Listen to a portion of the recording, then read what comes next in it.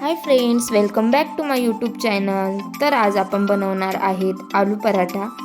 तर याची रेसिपी अतिशय साधी आणि सोपी आहे. तसेच लहान मुलांच्या आवडीची अशी ही रेसिपी आहे. तर तुम्ही मुलांना नाश्त्याला किंवा टिफिनला ही रेसिपी अगदी इझिली बनवून देऊ शकता. अगदी कमी वेळेत आणि झटपट तयार होणारी ही रेसिपी आहे. तर ही रेसिपी बनवण्यासाठी अगदी कमी वेळ लागतो व सर्वांना आवडेल अशी ही रेसिपी आहे.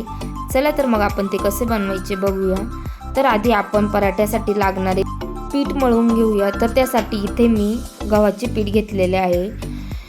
तर त्या गव्हाच्या पिठामध्ये आपल्याला थोडेसे डाळीचे पीठ ॲड करायचे आहे. त्यानंतर आपल्याला त्यामध्ये घालायचे आहे चवीनुसार मीठ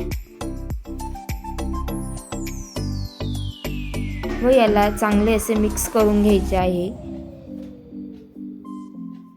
अशा पद्धतीने हे चांगले मिक्स झाल्यानंतर त्यामध्ये आपल्याला थोडं थोडं पाणी घालून पीठ मळून घ्यायचे आहे.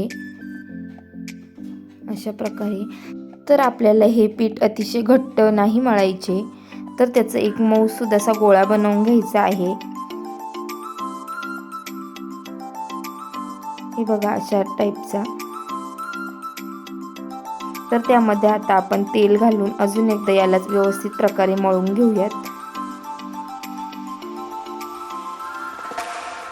व आता यावर झाकण ठेवून आपण 15 मिनिटासाठी याला साईडला ठेवून देऊ. तर आता आपण पराठ्यासाठी लागणारं स्टफिंग तयार करून घेऊया. त्यासाठी मी 2 बटाटे उकडून व त्याची सालं काढून घेतलेली आहे. आता ते मॅश करून घेऊयात अशा पद्धतीने. तर त्यामध्ये आता आपण काय काय घालायचे ते बघूया. तर 2 ते 3 हिरव्या मिरच्या घालायच्या आहे बारीक अशा कापून. त्यानंतर कांदा. त्यानंतर आपल्याला त्यामध्ये ॲड करायचे आहे थोडेसे जिरे. तुम्ही याची पावडर सुद्धा घालू शकता. त्यानंतर आपण घालणार आहोत धने पावडर.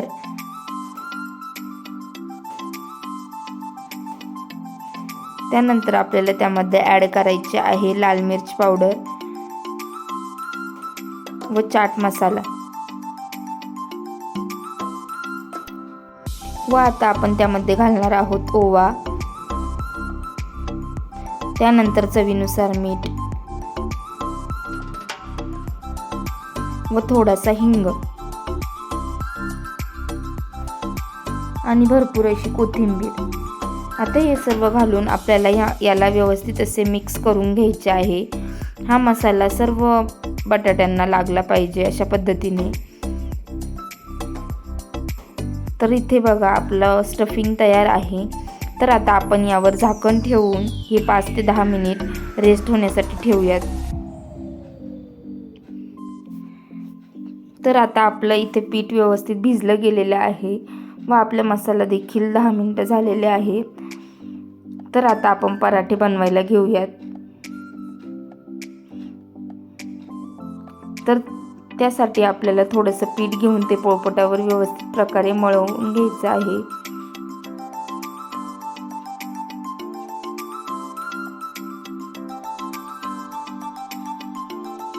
व त्याला थोडेसे लाटून मग त्यामध्ये आपण ते स्टफिंग घालणार आहोत.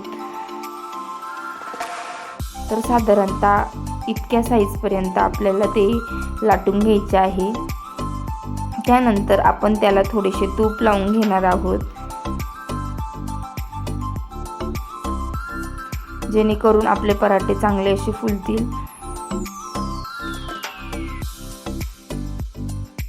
आता त्यामध्ये आपल्याला थोडं थोडं आपलं स्टफिंग घालून घ्यायचं आहे अशा पद्धतीने. हे तुम्ही तुमच्या आवडीनुसार कमी जास्त घालू शकता. तर आता आपण याला क्लोज करून घेऊया.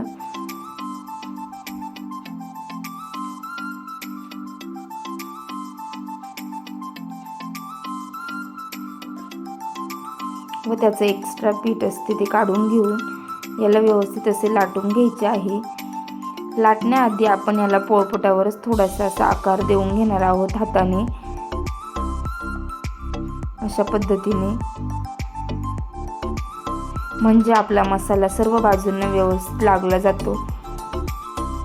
व्यवस्थित सर्व बाजूंनी स्टफिंग गेल्यानंतर पराठा खायला खूप सुंदर लागतो. तर तुम्ही पण अशा पद्धतीने नक्की एकदा बनवून बघा. तर आता आपल्याला अगदी हलक्या हाताने ते लाटून घ्यायचे आहे. हे लाटताना एक काळजी घ्यायची आहे की साईडने लाटायचे आहे, मध्ये जास्त भार देऊन नाही लाटायचे. तरी बघा अशा प्रकारे आपला पराठा तयार आहे. तर आता गॅसवर आपण एक तवा तापत ठेवला होता, तो तापला की नाही चेक करून घेऊया व त्यावर आपला पराठा घालून घेऊ.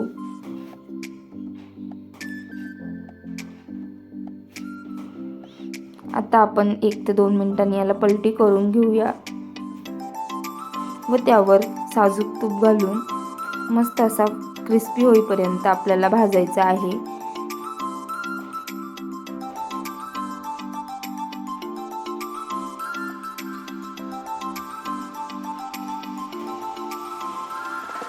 तर दोन्ही बाजूनी व्यवस्थित आपल्याला गोल्डन ब्राऊन होईपर्यंत हा पराठा शेकवून घ्यायचा आहे.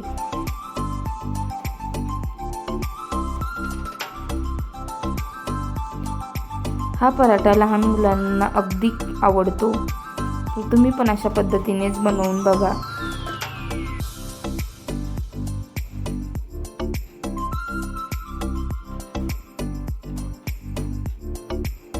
आता आपण याला काढून घेऊयात व बाकी पराठे देखील अशाच पद्धतीने आपण भाजून घेऊयात. तुम्ही तुपाऐवजी बटर तसेच तेलाचाही वापर करू शकता तुमच्या आवडीनुसार.